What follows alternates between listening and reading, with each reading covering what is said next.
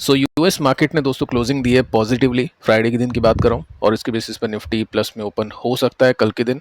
Dow Jones 1% ऊपर, Nasdaq 0.5% ऊपर। साथ में ब्रेंट की बात करें तो 93.87 ऊपर ही अभी भी 94 समथिंग कुछ। और यूएस चाहेगा जितना ऊपर हो टिके उतना ही अच्छा है, क्योंकि वो जो बेनिफिट है उसका यूएस को मिलेगा। गिफ्ट निफ्टी अभी सजेशन दे रहा है क्लोजिंग बेसिस पे 22 तारीख की क्लोजिंग है, और इसमें आप सिंपली नोट कर सकते हैं 43 पॉइंट्स ऊपर यानी 0.18% की तेजी है। अब देखिए दोस्तों, यहाँ पे आपको जब पता है कि यूएस में जो सत्ता में है ट्रंप, ये प्रेसिडेंट ट्रंप कम ट्रेडर ट्रंप ज़्यादा है, तो आपको पता होना चाहिए कि जब तक ये सत्ता में है तब तक मार्केट के अंदर कुछ भी हो सकता है। कुछ भी हो सकता है, अप्स एंड डाउन्स किसी भी तरह की देखने को मिल सकती है।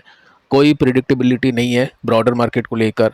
और बाकी जो मार्केट्स हैं, जिसमें इंडियन मार्केट्स भी हम ऑब्वियस उसको लेके चलेंगे, जिसको सबसे ज़्यादा प्रॉब्लम होगी अभी ट्रंप की कोई भी नीति, कोई भी योजना से।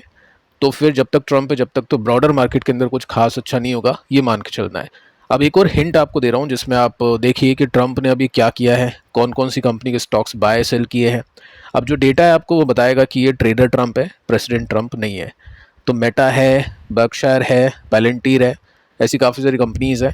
थोड़ा सा मैं आपको डिटेल में बताऊं तो कुछ कंपनीज़ में बाइंग की है, जिसमें फिडेलिटी नेशनल इंफॉर्मेशन सर्विसेज है, होम डिपो है, बर्कशायर है, मास्टर कार्ड, वीज़ा, ये कुछ कंपनीज़ है। साथ में बॉन्ड भी लिए हैं, कुछ ETF भी खरीदे हैं।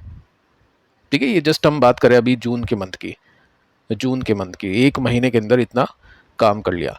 साथ में कौन कौन सी स्टॉक्स या ETF बेची गई, तो कुछ ETF आप देख सकते हैं, मेटा बेचा है, मोटोरोला है, पैलेंटीर है, कई बार बिक्री की है, कॉइन बेस है, और कुछ कंपनीज आप देख सकते हैं ETF वगैरह बेचे हैं।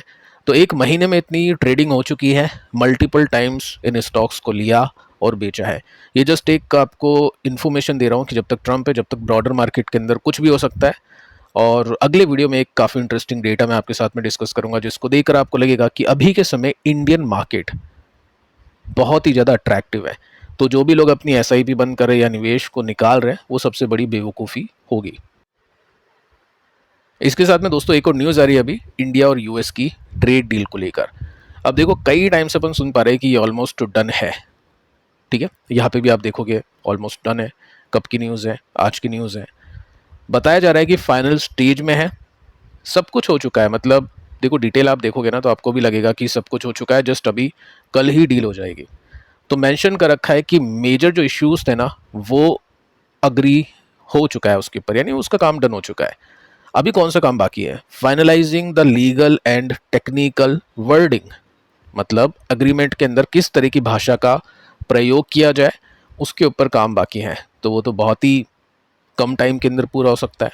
ठीक है, तो ये यहाँ पे मेंशन कर रखा है कि सब कुछ काम डन हो चुका है, कोई दिक्कतें यहाँ पे नहीं है, कोई प्रॉब्लम यहाँ पे नहीं है। अब देखो, साथ में एक और इम्पॉर्टेंट पॉइंट आप देखोगे ना तो इसमें मेंशन कर रखा है, जिसने भी ये बात की है, US का कोई रिप्रेजेंटेटिव है, गोर नाम इसका है। इसने ये बोला है कि हम क्या करेंगे, हम काफ़ी हाई टैरिफ लगा देंगे उन कंट्रीज़ के ऊपर जो रशिया से तेल बाय कर रही है। अब इसकी क्लैरिफिकेशन भी दी है कि ये जो डिसीजन है ना, ये ट्रंप एडमिनिस्ट्रेशन की तरफ से पुश नहीं किया है। मतलब ये जो डिसीजन है सिर्फ ट्रंप का नहीं है, इसको पूरी कांग्रेस यानी वहाँ की जो पार्टी है, सत्ता है, मतलब सरकार बोल सकते हैं, ये पूरी सरकार का डिसीजन है। तो यहाँ पे थोड़ा सा ट्रंप को बचाने की कोशिश की गई है। तो इसका मतलब ये है कि टैरिफ तो लगेगा, बट अगर ये डील हो जाती है तो इंडियन मार्केट के लिए बेनिफिट ये होगा कि एक्सपोर्ट जो कंपनीज करती है ना, वो क्लैरिटी उनको मिल जाएगी कि हम चलो ठीक है यहाँ पे एक्सपोर्ट कर सकते हैं, जिसमें रिन्यूएबल एनर्जी वाली कंपनीज को एक क्लैरिटी मिलेगी। साथ में आप देख सकते हैं कि जो अभी अप्स एंड डाउन्स चल रहा है ट्रंप की टैरिफ की वजह से, वो थोड़ा सा कम होगा। मेरे हिसाब से ऐसा कुछ नहीं होगा, ट्रंप बाद में भी टैरिफ लगा देगा, वो जस्ट यहाँ पे लिखा हुआ है। साथ में एक्सपोर्ट सेक्टर को थोड़ा बेनिफिट मिलेगा, फॉरेन इन्वेस्टर को थोड़ा सा कॉन्फिडेंस मिलेगा, ये पॉइंट हम मान सकते हैं, क्योंकि FIs भी अभी कंफ्यूजन में है कि क्या करें इंडियन मार्केट के अंदर, कभी टैरिफ कभी ट्रेड डील, ये भी रुके हुए हैं। अगर डील हो गई तो इनको थोड़ा सा कॉन्फिडेंस मिल जाएगा इंडियन मार्केट्स को लेकर, जैसी भी डील होगी उसके हिसाब से ये अपनी पोजीशंस को प्लान करेंगे। सो अब दोस्तों आ जाते हैं स्टॉक्स पर। देखिए फर्स्ट कंपनी है पारस डिफेंस, इसको लेकर कुछ क्वेश्चन आ रहे थे पिछले कुछ दिनों में, अच्छी तेजी बनी, तो एक बार हम इसको चेक करते हैं कि क्या रीज़न है इसकी तेजी के पीछे का। तो फर्स्ट रीज़न है इसके नंबर्स। 7 तारीख को इसके नंबर्स आए थे, मार्जिन इसके बढ़ गए थे, सेल्स काफ़ी बड़ी थी, प्रॉफिट इसका काफ़ी बड़ा था, ऑपरेटिंग प्रॉफिट हो, नेट प्रॉफिट हो, सेल्स हो, वॉल्यूम हो, सब कुछ अच्छे थे। ठीक है, तो ये एक रीज़न था स्टॉक के चलने के पीछे का। साथ में अभी आप देख सकते हैं एक न्यूज़ है, ज़्यादा इंपॉर्टेंट नहीं है, कंपनी ने जस्ट बता दिया अपने शेयर होल्डर्स को कि जो भी डिविडेंड होगा ना उसके ऊपर टीडीएस काट के आपको हम डिविडेंड देंगे, इनकम टैक्स का जो रूल है उसके हिसाब से। ये स्टार्ट हो चुका है 1 अप्रैल से। अब इसमें क्या है कि आप जब रिटर्न भरोगे ना इनकम टैक्स की, तो वो आपको वापस मिल जाएगा।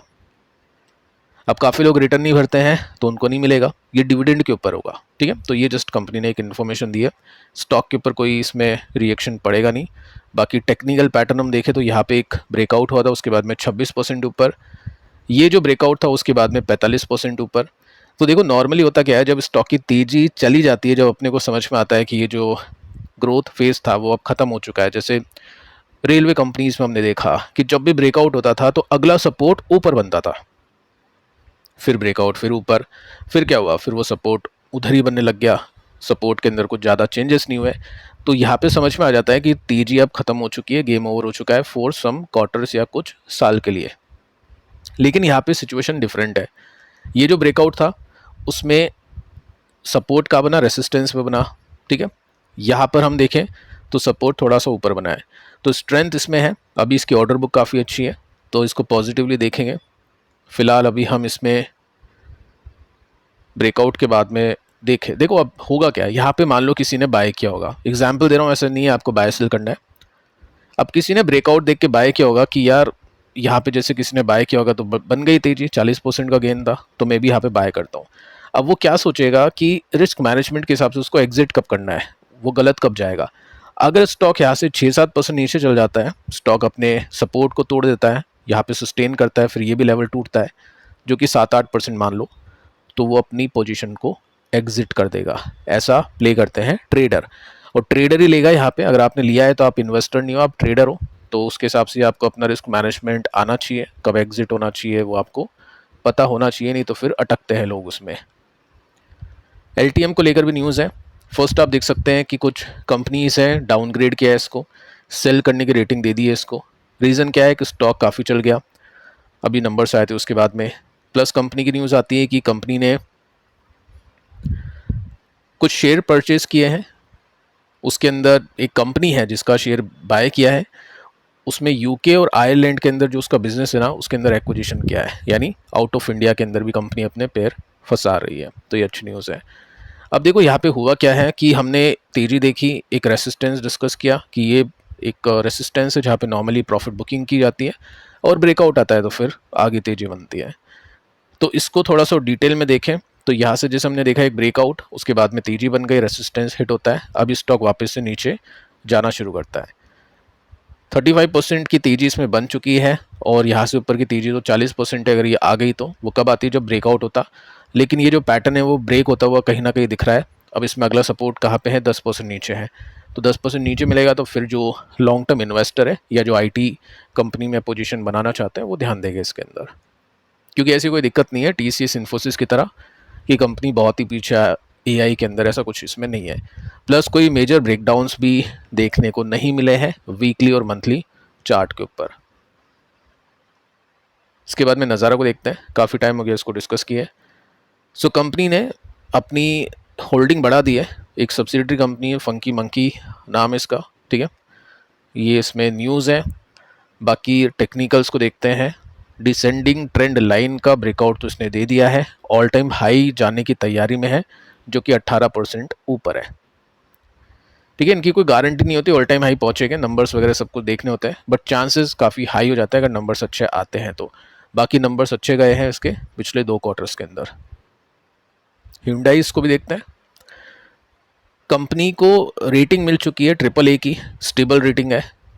इसका मतलब क्या है, आसान भाषा में समझा देता हूँ। कंपनी जो भी लोन लेती है, क्योंकि काफ़ी सारी कंपनी है कर्जे पे काम करती है, अब हम ये तो देख लेते हैं कि कंपनी ने डेट लिया है, कर्जा लिया है, अब इसका ब्याज कंपनी देगी, तो प्रॉफिट जो नेट प्रॉफिट हो गए वो कम हो गए।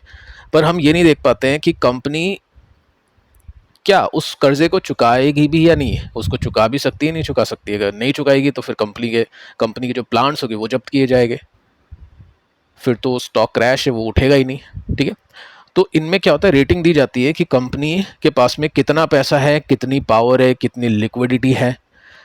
कि यहाँ पे कंपनी ने मेंशन कर रखा है कि शॉर्ट टर्म कर्जे 3800 करोड़ का, तो कंपनी के पास में इनफ मनी है कि कंपनी इसको कल भी चुका सकती है। बट कंपनी नहीं चुकाएगी क्योंकि कंपनी को पता है इस पैसे से मैं ज़्यादा पैसे बना सकता हूँ। अगर 6% ब्याज दे रहा है तो इसी पैसे से कंपनी 20% प्रॉफिट कमा सकती है। तो रेटिंग सही है, कोई दिक्कत नहीं है, जस्ट एक सिखाने की कोशिश है कि ये रेटिंग्स क्यों काम की होती हैं। काफ़ी लोगों को नहीं पता है, तो अभी पता चल गया होगा आपको।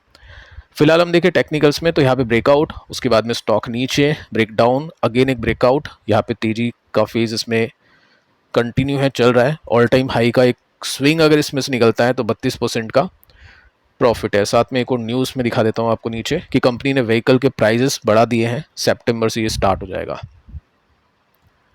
इसका मतलब इसके प्रॉफिट के मार्जिन अच्छे आएंगे, तो ये पॉजिटिव न्यूज़ है। और इसमें डे चार्ट के अंदर देखें तो ये अपने रेसिस्टेंस के ऊपर सस्टेन कर रहा है, जो कि हाई चांसेस होते हैं स्टॉक के ऊपर जाने के। लेकिन फिर भी अगर नहीं जाता है, ब्रेकडाउन करता है, तो 7% नीचे का इसका सपोर्ट देखने को मिल जाता है। तो मार्जिन ऑफ सेफ्टी के हिसाब से अपसाइड में है 32%, डाउन साइड में है 7%। बट ये याद रखना थोड़ा सा स्लो है, अर्निंग ग्रोथ कम है, मार्केट कैप ज़्यादा है। तो ये सोच रहे हो कि यार ये नई कंपनी है, नई लिस्ट हुई है तो बहुत तेज़ चलेगा, ऐसा कुछ नहीं होता। मार्केट कैप के ऊपर चीज़ें डिपेंड करती है, प्रॉफिट ग्रोथ के ऊपर चीज़ें डिपेंड करती है। तो काइंड ऑफ मारुति जैसी कंपनी मान सकते हैं, टीवीएस जैसी कंपनी है नहीं है। सो फिलहाल दोस्तों इस वीडियो में इतना ही। पिछले 3 वीडियोस देख लेना, काफ़ी इंपॉर्टेंट है, कल के लिए काफ़ी काम के हैं। मिलते हैं नेक्स्ट वीडियो में, तब तक के लिए बाय बाय।